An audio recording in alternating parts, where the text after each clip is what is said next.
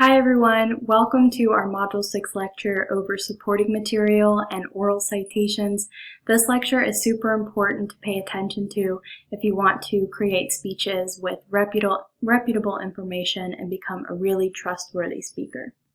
Essentially, supporting material is the stuff that makes up our subpoints, right? So we have 2 to 4 main points in every speech, and then in order to back up those main points, we provide the supporting material to the audience.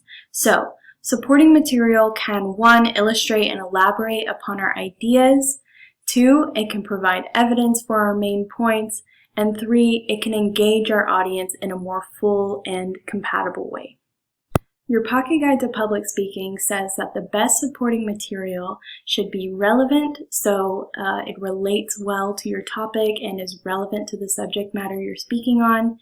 2, it's motivating, so perhaps if you use good supporting material, someone will be inspired to actually take action based on what you're saying to them. 3, it's audience-centered, so make sure you're considering the audience's values, attitudes, and beliefs like we talked about in the audience analysis lecture in order to move them in a certain way. And 4, when the supporting material is varied. So if you're using all of the same type of supporting material, it can be a bit dull and it can all seem to run together a little bit. So in the next slide, we'll talk about different types of supporting material that you might consider using. One type of supporting material that's often used is the example. And an example is a typical instance of something. You can either have a brief, an extended, or a hypothetical example. So an example of a brief example would be like if I were talking about adult education or continued education into adulthood. I could tell you about my dad who got his GED at the age of 35. Or an extended example could maybe be something like looking at Apple marketing campaigns over 10 years, right? So that's a bit more extended piece of history and you're bringing in a lot more context. A hypothetical example could be looking into the future at something that hasn't happened yet but could happen if a certain series of events were to take place. Next, we have narratives or stories. We played with this a little bit in our introductory speeches when you were told to tell us a personal narrative. However, narratives can also work really well as just mere subpoints underneath your main points.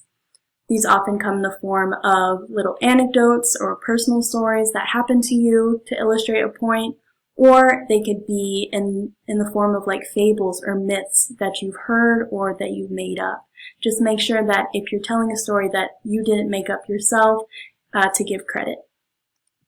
Third on this list is testimony, and testimony is very effective as long as it is credible testimony. So testimony typically comes in 2 forms. The first is expert testimony, where a well-researched expert in the field of whatever you're talking about is giving you information and you're relaying that information to the audience, right?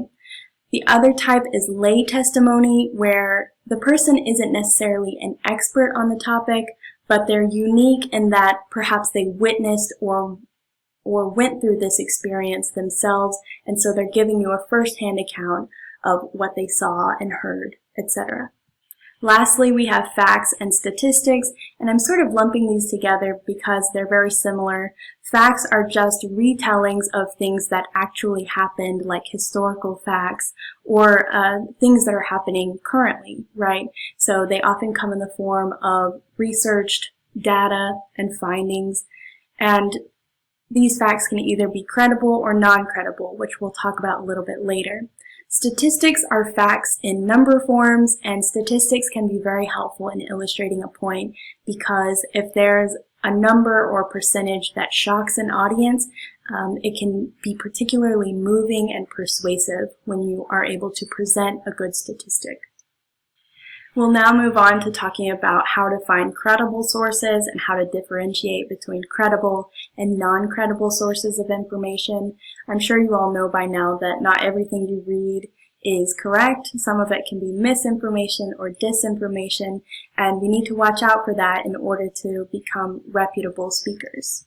So in order to become these reputable speakers, we need to focus on being critical consumers of online information, especially because everything you read on the internet can be posted by anyone, really. It depends on what kind of site you're on or what kind of platform you're using. So, ask yourself who posted this information and why did they do it? And within this question, you can reveal if they have any biases. Are they trying to sell you something? Are they only feeding you information that's going to make you want to buy their product or service? Or are they doing it for other dishonest reasons? Next, what are the source's qualifications? Are they an expert researcher in the field, or are they just some blogger that's putting out information to shock people, right?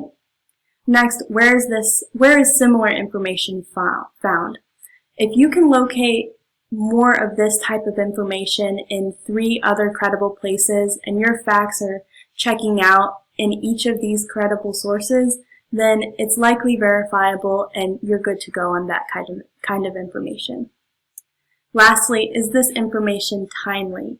So especially in the STEM fields and with topics over medicine and stuff like that, we want really up-to-date statistics and facts and information in general. If it wasn't published within the last 2 or 3 years, or if there have been new findings lately, you need to find those and make sure that those are reputable as well. Next, we'll go over types of sources that you may encounter.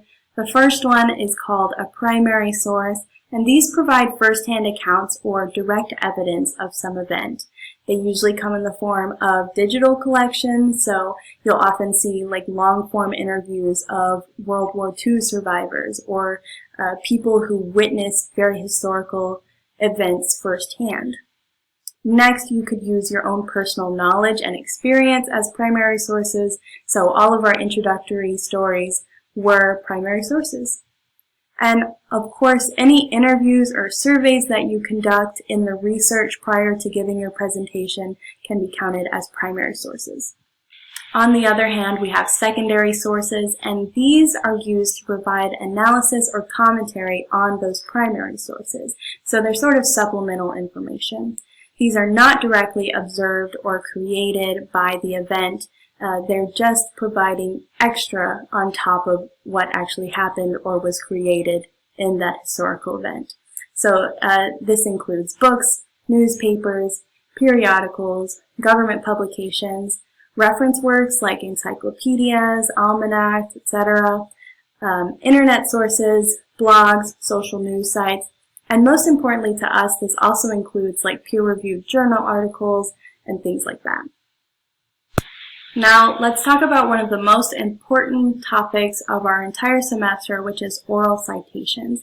Oral citations are the phrases that include information about the sources that you've put into your speech. So if you have a piece of information that you got from a resource and you're reiterating it to the audience, you need to tell the audience exactly where that information came from. You need to do it in a natural way that flows with the rest of your speech. And we'll go over how to do that in the next few slides. Here are a few reasons why it's so important to cite sources in your speech. One, it's required for the assignment. So if you're not citing your sources in your speech, it's considered plagiarism and you will get a much lower score because of it. But also it demonstrates quality and range in your research. So your audience will know that you've done your homework before the speech and you're qualified to talk on this topic because you've read or heard a lot about it from credible sources. Next, it shows that reliable sources support your position. So especially if you're talking about something controversial, but you can back up your main argument with good sources, then the audience is more likely to come over to your side. Of course, it helps you avoid plagiarism, like I said, and it gives you credibility as an ethical speaker. If you continue to boost your reputation as a speaker who makes sure that all of their information is correct and worthwhile before giving it to an audience, then it just boosts your credibility again and again and again, and you start to develop this really good reputation as a smart and practiced performer when it comes to public speaking. Next, it enhances your authority. It wins support for your viewpoint, of course, because If you have a good solid argument, people love to consider your ideas more. And lastly, it enables listeners to locate your sources. So if you're giving out your sources throughout your speech, then later, if your audience wants to learn more about it, then they can do so. So oral citations, at their best, briefly alert the audience to the author or the origin of the source, the type of source, the title or description of the source, and or the date of the source. So that's a lot of information. For our purposes, you only need to have 2 of these bullet points in each oral citation you give in a speech. So for example, if you are citing an article by Dr. Katie Langford at Texas Tech, and this article was from 2018, you could simply say, in a 2018 article by Dr. Katie Langford, and then give the information that you found, right, that supports your main point. So just like that, we've given our audience the date of the article, 2018, and who wrote it, Dr. Katie Langford. However, if you want to elevate that oral citation just a little bit, you can qualify the source. And a source qualifier is defined as a brief description of the source's qualifications to address a topic. So instead, you could say, in a 2018 article by Dr. Katie Langford, a communication professor at Texas Tech University, etc., and then put in your information, right? So just by adding that she's a professor of communication at Texas Tech University, then you know that she's more qualified to speak on the subject. Now, since oral citations require a little bit of specific information like the date of an article or who wrote it or what exactly is quoted in the article, it can be easy to develop a sort of mechanical delivery in how you deliver these oral citations. So make sure they're a bit more rehearsed, make sure that you're trying your hardest to fit it into the rhythm and flow that your speech already has, and I would avoid giving a piece of information and then saying, the author of that was Katie Langford, let's see, that article was published in 2018, and it was in the Journal of Communication and Rhetoric, or something like that. You know, just try to make it flow into one single sentence and then present the information that you found.